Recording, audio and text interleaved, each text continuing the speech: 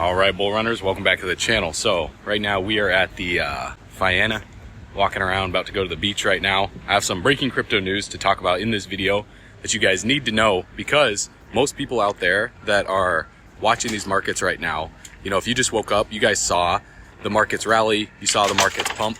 Maybe you're wondering what's going on. Why did Bitcoin rally up? Why did XRP rally up? Why did the rest of the markets rally up? Well, Cointelegraph, you know, they reported that the SEC, see the bird's telling you to subscribe right now, because Cointelegraph, they reported that the SEC had approved the iShares Bitcoin application from BlackRock for a spot Bitcoin ETF, and then Bitcoin rallied up $30,000. You know, as these rumors were spread, they were spread all over Twitter's X, they were spread all over social media, but BlackRock later confirmed that they're false. So what does this mean? Will this cause XRP to rally up to nearly 51 cents, then drop shortly after that? And I have some big news to share with you guys in this video for XRP, XLM, what this means for the rest of the market, when these ETFs are going to be approved, what it's most likely going to look like, because Bloomberg, they gave a 90% odds that a Bitcoin ETF will debut by January 10th of 2024. So to be ready for that, and according to Fortune, the SEC's decision to not appeal the August court ruling versus Grayscale didn't come about because the chairman, Gary Gensler, had a change of heart. You know, this guy's never going to have a change of heart. He's like Smithers from The Simpsons. You know, he just wants his power. He wants his control over the markets. Instead, the reason for the SEC folding its cards, it probably lies in the fact that its legal resources are already stretched thin in light of Gensler's campaign against crypto, and because the 3 judges in the case totally shredded the SEC's rationale for denying the ETF in the first place. So it's good to know that, you know, the judges and the court aren't just on the SEC side. It's not completely corrupt, even though the SEC, you know, Chair Gary Gensler needs to go. You know, the courts are on the right side of the law. They want to do right, and with the Ripple winning the lawsuit, that just shows it. So it's clear that a spot Bitcoin ETF is coming, but what is less clear is what effect it will have on the crypto market with the macro liquidity crunch the Fed is under. And so everyone claims, a lot of these crypto bulls, the crypto bulls claim that it's going to be massively bullish, which I do agree with to some degree. I do think that the markets will rally as anticipation gets stronger and rumors of approval, you know, get closer, but it might not be what everyone expects, because as institutions start to pile in, what's going to happen is regulation is going to get stricter. Crypto will become more centralized, less decentralized, which is against what everyone likes, right? People like crypto because it's decentralized. That's why you have DeFi, decentralized finance. But you see regulation's going to start coming in alongside these ETFs. So yes, we will see the prices go crazy. We will see the prices rally. But then again, these exchanges are going to be more scrutinized. There's going to be more lawsuits. If you take our company, for instance, I think there should be less regulation around this. I think it would create more innovation. Society would have to tolerate greater variance, right? There'd be more scams, there'd be more highs, there'd be more lows. But the truth of the matter is, a lot of times you have regulation and it ends up having the opposite of the intended effect. So we don't live in that world where people are going to say, well, let's just be hands off and do nothing. So when I go to DC, the Overton window of discussion is basically, we're going to do the regulation for you, or you can engage and have a say. And so of course we're going to take the other side and say, okay, let's try to help craft that regulation. But if you ask me just personally as like a citizen, there should be less regulation, I think. Mm-hmm. What would be a balance that would protect us going forward? Well, we're not leaving America, that's for sure. I mean, this is our biggest market. You know, I'm an American, we started here. Well, if they delisted everything but Bitcoin and Ethereum, what would you do then? The thing is, I don't think that's in the realm of possibility, because that's not what the law says. So we can start with what I think regulation could be or should be, and then let's talk about what the regulators are actually doing, because it's a little bit different. So, you know, the actual regulation that would allow this industry to be built here in a safe way, but also protect the innovation, it would do things that are actually kind of similar to the traditional financial services industry. So you would have some basic rules in place around, okay, you need to get these audits complete, you know, wash trading is illegal. Let's make an actual process for somebody who wants to register a crypto security, and it could trade on a broker dealer or these kinds of things. And so these are actually not rocket science. They're just kind of copying a lot of the best practices like AML, KYC, those kind of things from the traditional financial services industry, and centralized players in crypto should have to follow those. Now, if you're doing a decentralized thing, I don't think that's a financial service business. You're never taking possession of customer funds. like these decentralized protocols or self-custodial wallets. I think that should be treated more like the software industry, and the centralized players should be more regulated. Now, you can also do things like have a sandbox for innovation and say, okay, if you're a startup and you can't afford $20 million a year in legal bills, you're under a certain amount, then you can operate in this sandbox, and there's other things other countries have done. What's actually happened is not quite that, although there are some good bills going through Congress. Unfortunately, we have a regulator, the chair of the SEC, who's kind of weaponized the agency for his own political purposes. Gary Gensler. Right, along with Elizabeth Warren, they just don't want crypto to exist in the United States. Wait, isn't their argument, well, just register like we all do when we sell securities? And what's your best argument for why crypto shouldn't just do what we all do every day, which is register securities? I'm all for that, yeah. I mean, there should be a robust, healthy market to trade crypto securities in the US. There is not currently a way to register. And so they've been sort of talking out of both sides of their mouth and then saying, hey, just come in and register. And then you see these exchanges come in that have never traded a single coin as the ones that are propped up as the ones that are following the rules. So they're actually, I think what their true intention or belief is behind the scenes, and I'm speculating a little bit here, is they just don't want it to exist. And so they're trying to cast a shadow over the whole industry to make it difficult. They're just sending subpoenas and Wells notices. Why don't they want it to exist? Why? I believe it's because, and again, this is just me speculating a little bit, I think it's because they don't want to lose power. They think the government should run financial services. They have their hooks into the big banks. They can pressure the big banks to close accounts if you have the wrong political opinion, or you're in the wrong industry, you're in oil and gas, or whatever the flavor of the day is. They want to be able to pressure companies because they can't get it done through Congress. They want to pressure it through the big banks. And crypto, in America, people should be free to have control of their own money, to use new technologies. It's fundamentally anti-American what they're doing, and I think next year in the elections, we need to make sure that all voters and people who are pro-innovation, pro-technology, vote people out of office who are trying to curtail our freedoms around crypto. What you guys have had to do, you and others, basically use the courts to beat back the administrative state. Do you want to talk about that process? And one example is this Bitcoin futures thing that I'm not even sure if it was resolved in the last few weeks or not. There was a pretty important ruling. Do you want to just update people about that kind of stuff? Yeah, well, so that is one of the great things about America that makes me bullish on it, is that we do have these different branches of government that are such a great check and balance. And you're right, and the judicial branch has been kind of my favorite branch of government in the last few months. And they've really the SEC has gone 0 for 3 in the courts. The courts kind of keep upholding rule of law, which has been really great. So there's been a handful of cases. There was the Ripple one, there was the Terraform one, which agreed on this idea that the underlying crypto assets themselves were not securities. That's a very important fact, by the way, in our case with the SEC. And then just recently there was this Grayscale Trust, ETF, and the judge ruled that the SEC was arbitrary and capricious and unlawful in not approving their application. This is what you mean when you say they're just de facto passing laws where they don't necessarily have the rights to do it. They're blocking free enterprise. They're blocking the ability for you guys to just do business. Yeah, and unless you're a big company like Coinbase, you don't have the legal budget to kind of go to court and fight these things out. And I can tell you, as a public company, I talked to a number of other people, and they were like, oh my gosh, you can't sue the SEC, or engage in litigation with them. That you're a public company, you have to settle.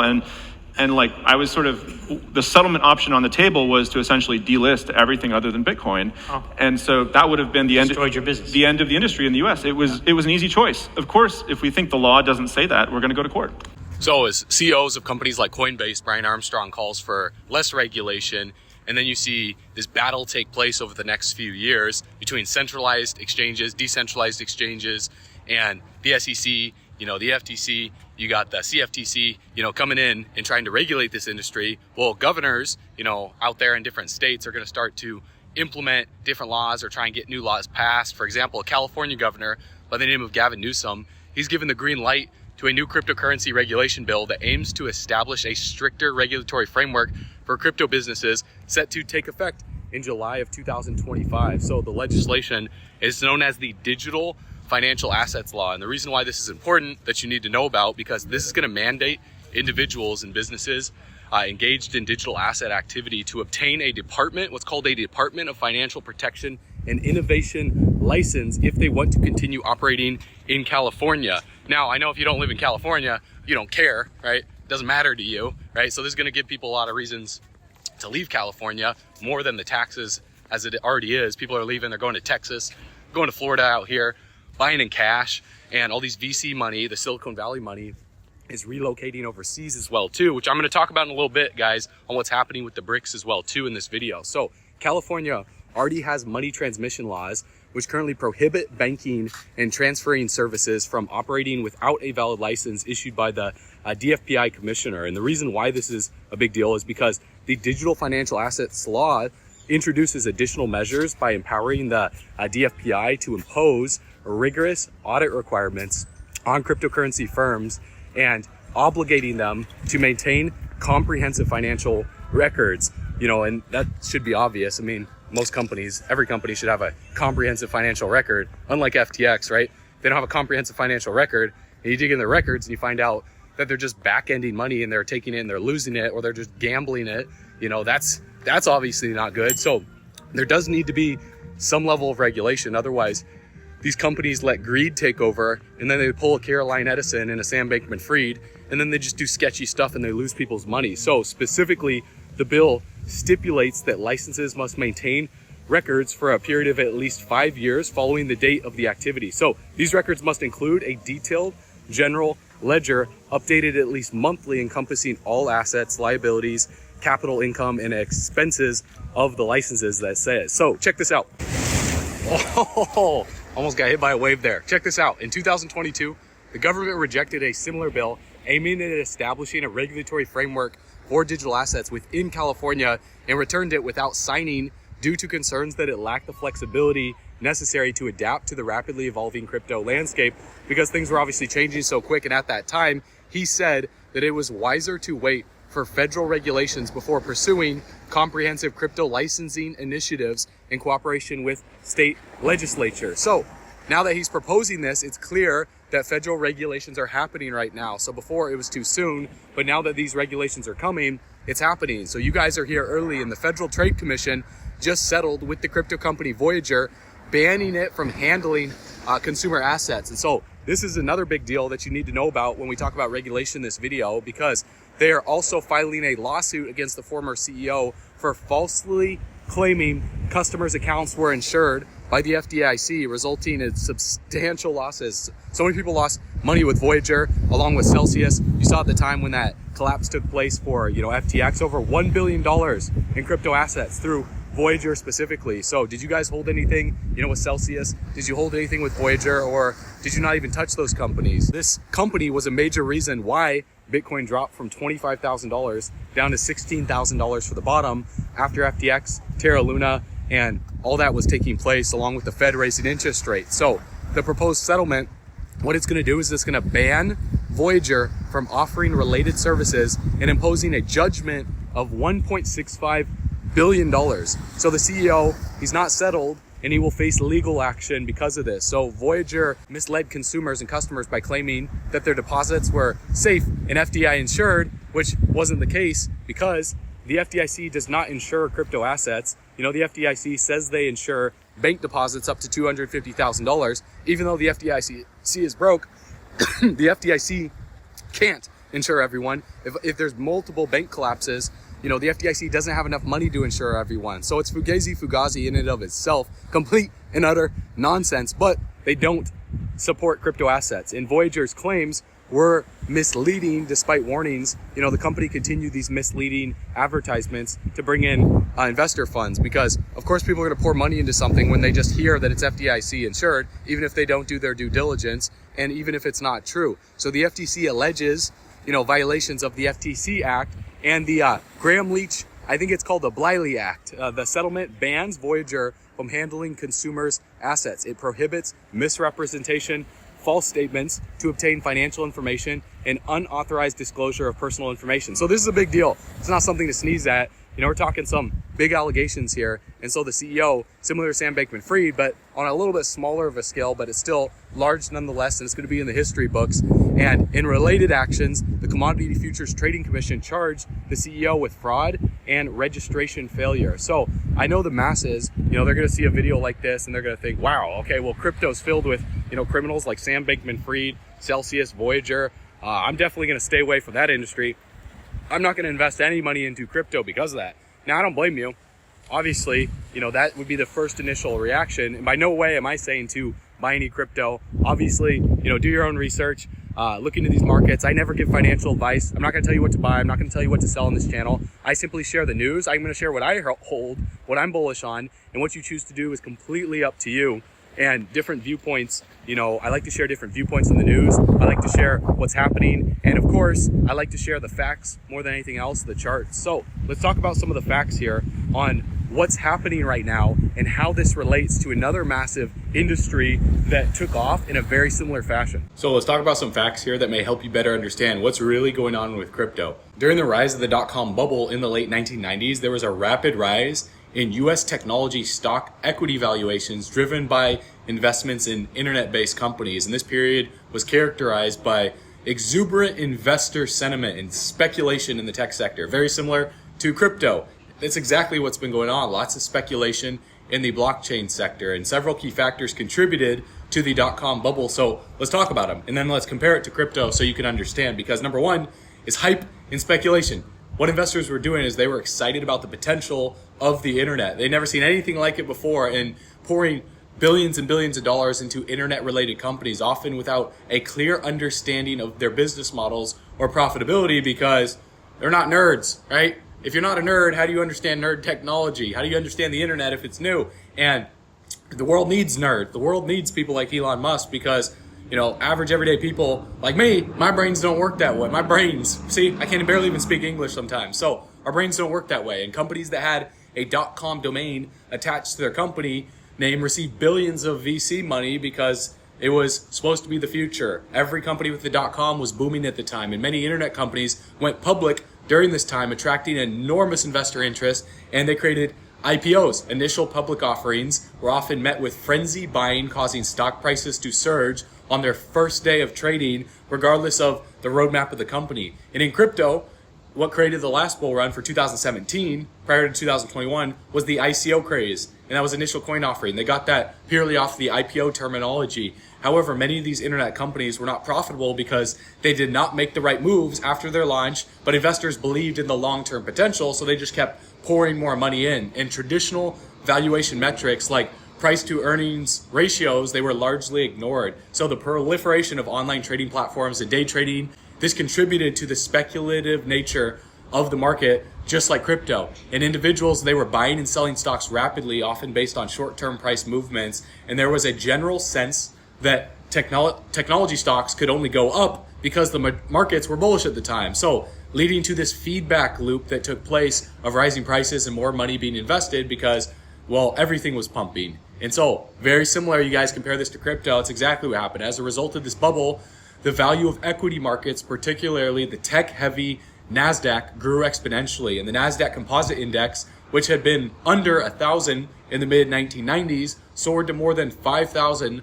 by early 2000. So during the dot-com bubble, there were indeed instances of lawsuits, financial wrongdoing, similar to what's been observed with, FTX, Celsius, Voyager. Some examples were like securities frauds. There were cases of companies misrepresenting their financials or prospects to attract investors. Executives of companies like Enron, WorldCom, they engaged in fraud activities, and individuals with insider knowledge up at the higher ups in the government, having impending stock price movements or market trends, knowing what was going to happen before they happened, to execute insider trading, at the elite level. For example, Martha Stewart, everybody knows good old Martha Stewart, right? She was convicted of insider trading related to her sale of I'm Clone Systems stock. And then shareholders who suffered losses during the bubble filed numerous class action lawsuits against companies claiming that they were misled by false or incomplete information. So when the bubble burst, many internet companies went bankrupt, leading to shareholder losses and lawsuits against executives. And in the 90s, hundreds of internet companies, arguably in the thousands, conducted initial public offerings and were actively traded on stock exchanges like the NASDAQ during the late 90s. And many of these companies were startups or tech firms with a focus on internet, e-commerce, technology-related services. And today, when you look at CoinMarketCap with 1.8 million cryptocurrencies listed on all these exchanges, anyone can create a crypto coin. So it's a lot easier than the 90s of getting a company listed on the stock exchanges, because they can launch on a decentralized exchange, set it up in less than 24 hours and use Uniswap with a minimal liquidity pool without any previous experience. So that's the issue with crypto, because the barrier to entry is so low. You see coins like Squid Games, or even like a coin like Pepe Coin, gain billions of dollars in valuation off of pure speculation and memes. And investors think that these projects will last forever. So one of the central factors of the 2000 stock market crash was the significant overvaluation of tech stocks. And when the Federal Reserve raised interest rates as well, that stopped the cheap money from flowing in the markets. And that's when they slashed interest rates and accelerating the fear of the stock crash took place, dropping the stock market along with tech stocks over 50%. So what's happening in the crypto space? Well, it's the exact same thing. And obviously there's some key differences though, but history is repeating itself because people have short memories. They hardly remember the 90s and they think that this time is going to be different. Now, out of the crash, the industry leaders emerged. You have this last crash that took place, and you have industry leaders like Ripple as a company, you have Stellar XLM and many others, similar to the companies like Intel, IBM, Apple's, Microsoft, Google's, Amazon, eBay's of the world. So with blockchain companies, blockchain's the industry to look for. Cryptocurrencies is like the stock market, right? Whereas blockchain is they're using the money from the stock market to grow their businesses. And then obviously these companies do stock buybacks, which is what keeps the stock market inflated. So which blockchain companies do you guys believe will make it through the Fed's hiking and cutting cycles and the next crypto bubble burst? I personally believe, which again, I could be wrong here. If you agree, like this video. If you think there's other industries that you will be popular other than these, comment them below. But number one, artificial intelligence, specifically generative AI. You see companies like Bard, Google Bard, then ChatGPT, pioneer that space. And then you have massive projects in the AI space, blockchain games, metaverse, decentralized finance, oracles, centralized exchange tokens. You have privacy projects. People are going to want to invest more in privacy projects as information gets leaked out there. Tokenizing as well, music, tokenizing real estate, other real world assets will be the craze of the coming bull run. And so if you guys want to see the projects that I'm the most bullish on, that I'm personally holding for this upcoming bull run, then you can check out bullrunners.com, put in your best email address, and when we launch our financial education platform, you can get that list early and you can see it. Again, I'm not telling you what to buy. I'm just going to show you what I hold, and that's up to you to do your own research, but I'll be sharing that with you guys here soon. So if you want to see what we hold, check that out, bullrunners.com. But the reason why everyone is going to bullrunners.com to learn about what they can do to prepare for what's coming is because you have not only the biggest transformation in technology taking place to Web3, but you have heavyweight countries like China saving billions of dollars by ditching the US dollar for oil trade and using the Chinese yuan for settlement with Russia and, Saudi Arabia. Specifically, you look at companies like India, part of the BRICS as well too, recently purchasing $186.45 billion worth of crude oil from Russian suppliers through laundered oil from China. So other countries, they're working together, Brazil, Russia, India, China, Saudi Arabia, to take down the USA, the US hedge money. And the mainstream media wants you to believe that they're incompetent. They've been doing it for years. They portray these companies as stupid. They say that they're not smart compared to the US. But yet, Chinese teachers, they teach their kids a superior way to learn math in school that makes it a lot easier. And they brainwash our youth through companies like TikTok.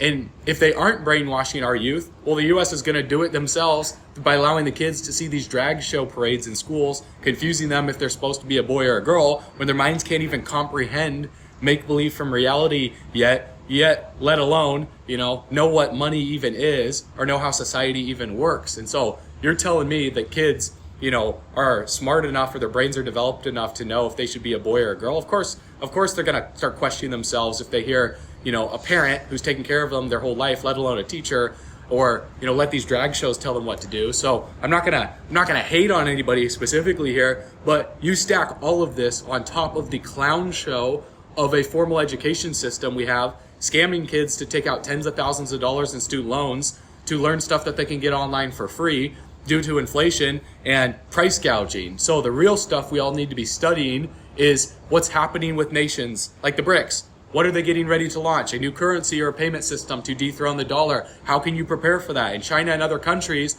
are selling bonds. You know, we're seeing double-digit inflation through price gouging in grocery stores. Check this out. So we used to buy pretty much all of our groceries here at Costco in bulk, you know, to save money. But now we realize that these prices don't even make sense at bulk amount. Starting to realize for the first time in my life, it's cheaper to just buy these things in a smaller amount at regular grocery stores. $5.99, 5 avocados, $6.99 for 3 English cucumbers. Man, you get better price at Safeway, Walmart, Winco. These bell peppers are $8.99, but it's only for 6. I mean, they have those $1 each for the yellow and orange all day long, every day at my other grocery store. Man, these were just $15.99. That used to be a good deal too. Sodas are now 50 cents each.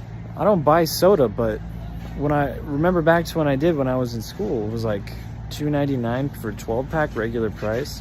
So is that doubled in price? $1.47 on pound on pasta. We used to love buying these when they were $1.99. Box of Cheerios now like $10. Give me a break. And this protein powder used to be the best deal. Unbelievable.